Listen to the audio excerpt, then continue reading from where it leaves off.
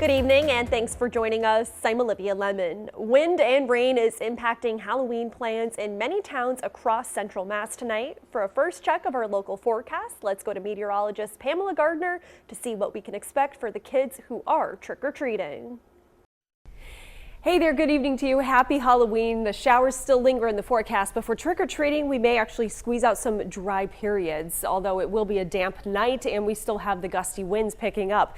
But the warmth, really a big story as well, as we have one of the warmer Halloweens compared to years past. A few overnight storms possible, though. The main event with this huge storm system moving through, it's going to be between midnight and pre-dawn hours where we see the wind and the rain chances. Gusts around 50 miles per hour overnight tonight, and then quick clearing for Friday. So our in-house forecast model shows our temperatures around 70 degrees for trick-or-treating. 6:30 p.m. There we have a few showers across the Worcester Hills, and then the spot shower chances will diminish just a touch ahead of the cold front. The cold front moving through after midnight tonight into early tomorrow morning, and then out of here once that sun gets high in the sky. Our wind gust potential, though, overnight 40-50 miles an hour plus. We could see gusts up to 60 as well from the south. More on that timing in just a few minutes. City and state leaders officially break ground on a $17 million project to reconfigure Kelley Square. Mass DOT says adding a traffic peanut in the center will make getting around much easier for drivers and pedestrians. Our Chandler Walsh was at today's groundbreaking. She joins us now with more. Chandler. Olivia, Kelley Square is looking much different now that construction crews have moved in. The city and state are excited about this big step and say working well together along with the public is what brought them here so quickly.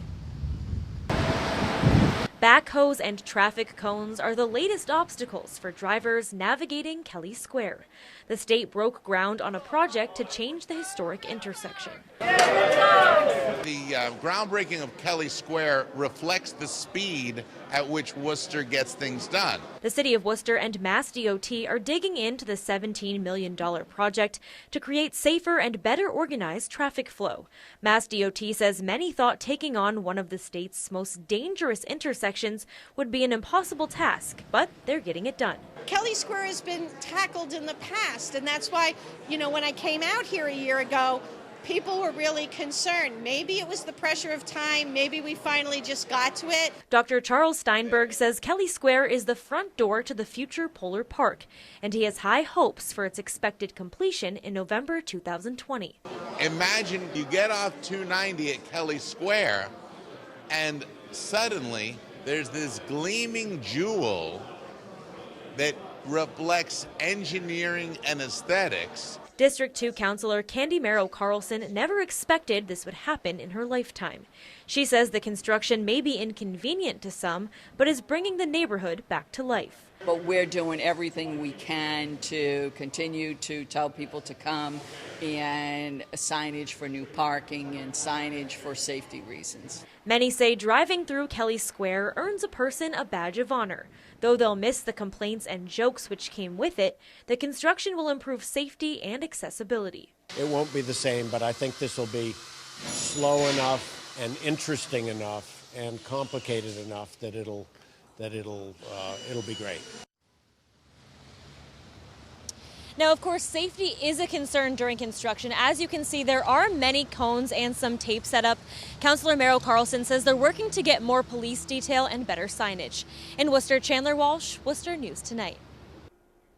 A Spencer man is facing charges for allegedly beating a 76-year-old man who's legally blind and hearing impaired. Police say the attack centers around the victim's dog. Perry Russum reports. At 76 years old, Jim Bradshaw doesn't get out of the house much. Bad hearing, bad eyesight, and overall bad health keeps him at home. He only really leaves when he takes his dog Tommy for a walk.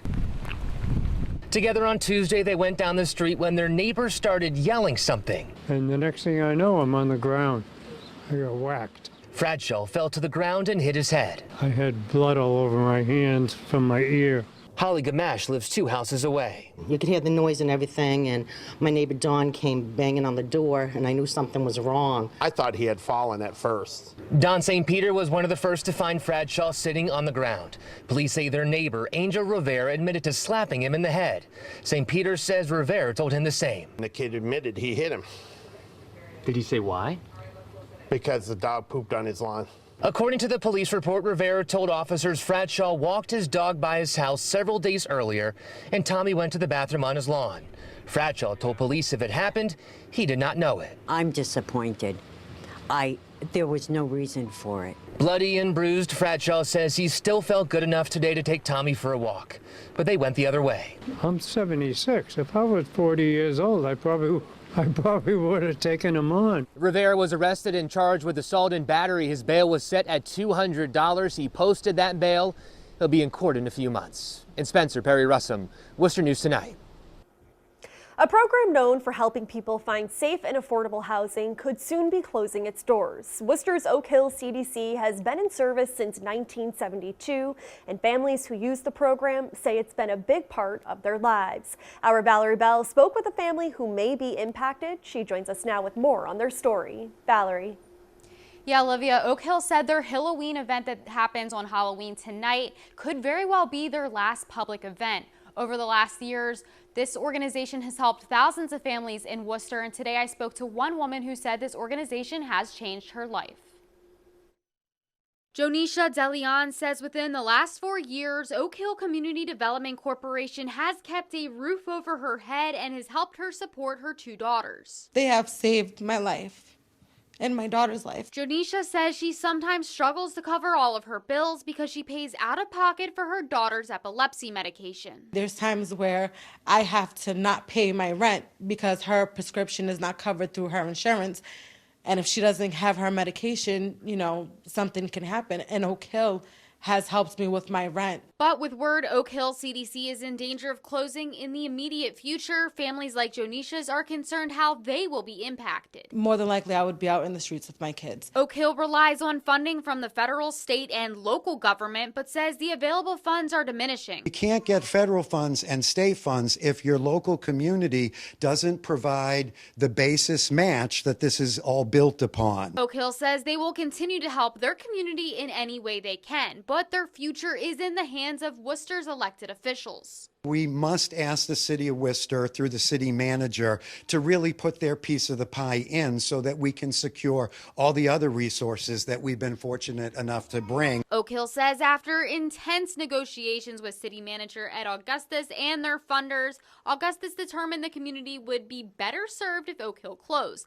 But the city manager says that's not the case. The characterization that the city decided to close Oak Hill is wrong. It's false. We cannot find a bank or a lending institution that is willing to make a loan to that organization given their budget and their financial situation. Augustus says other organizations can provide the services needed if Oak Hill closes, but Jonisha says they're the only ones who've helped her while others have turned her away. Because I already live in low income in the projects, I won't get any help. They turn me away. They tell me no. City Manager Ed Augustus added that they will be very sad to see the organization close its doors, but the city has done everything they possibly can in order to help save it. Reporting in the studio, Valerie Bell, Worcester News Tonight.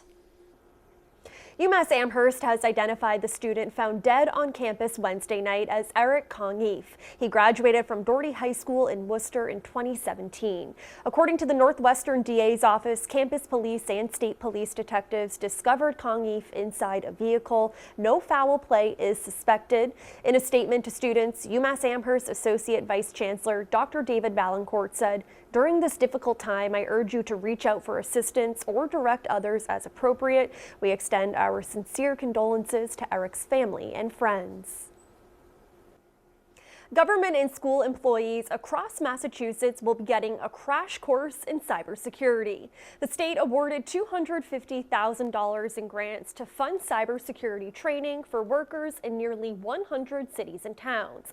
They made the announcement at Worcester City Hall today. The training will cover topics including email security, phishing emails, and USB device security. The state says this type of training is necessary to protect sensitive government information.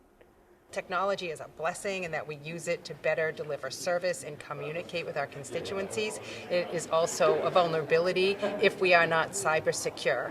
And we're seeing that many municipalities, including state government, is cyber insecure without the proper trainings and awareness, particularly among the workforce. And 1,800 city and school employees in Worcester will receive the training. Youth Build students and staff spent the last year building a home from the ground up. The project creates affordable housing and jobs for young people. Organizers say while Worcester is going through a renaissance, it's also important to have strong neighborhoods. Our Gretchen LaRosa has the story. Just over a year ago, 20 Merrick Street was a vacant lot. Thursday, Youth Build Worcester cut a ceremonial ribbon to showcase the new home they built. Seeing this project and its completion, oh my God, it's so moving. This is the first sustainable home the nonprofit constructed from the ground up. The project aims to create jobs for young people and provide an affordable place to live for a deserving family. To have them be a part of building homes that are going to provide housing for other low-income families, that means a lot to me. I hope we can keep doing it for decades. St. Gobain donated money, materials, and expertise. The company says they hope their partnership with Youth Build will interest students in manufacturing careers. And to provide students here in Worcester with the opportunity to learn about our products and to have hands-on skills and training on how to install them is really just going to be a wonderful thing for us as employers, but also for these students as they go out into the world of employment. Students say they did not expect the project would have such a big impact on them. The support of the staff, how much support they gave me, there's nothing that can beat that. I feel like what they're doing is positive for the community and everyone in it. Youth Build will be breaking ground on this lot right next door beginning next week. They say they want to continue to provide low-income housing for the community. In Worcester, Gretchen LaRosa, Worcester News Tonight. A Worcester elementary school is going all out for Halloween. Sixth graders at the Hurd Street School put together a haunted hallway experience. All the students could walk through it as part of the Halloween festivities. This is a yearly tradition going back 10 years. It's something students say they look forward to all year and spend a lot of time working on. They really use their own time too, their own free time, like during lunch and recess, to come together. We have student council and student president, and they help take the lead. And it's really run by the sixth graders. So they've been working on it like the past month really planning it. Yep. Probably talking about it since last year. They're so excited. The haunting usually takes place in the woods behind the school, but it had to be moved inside this year because of the rain.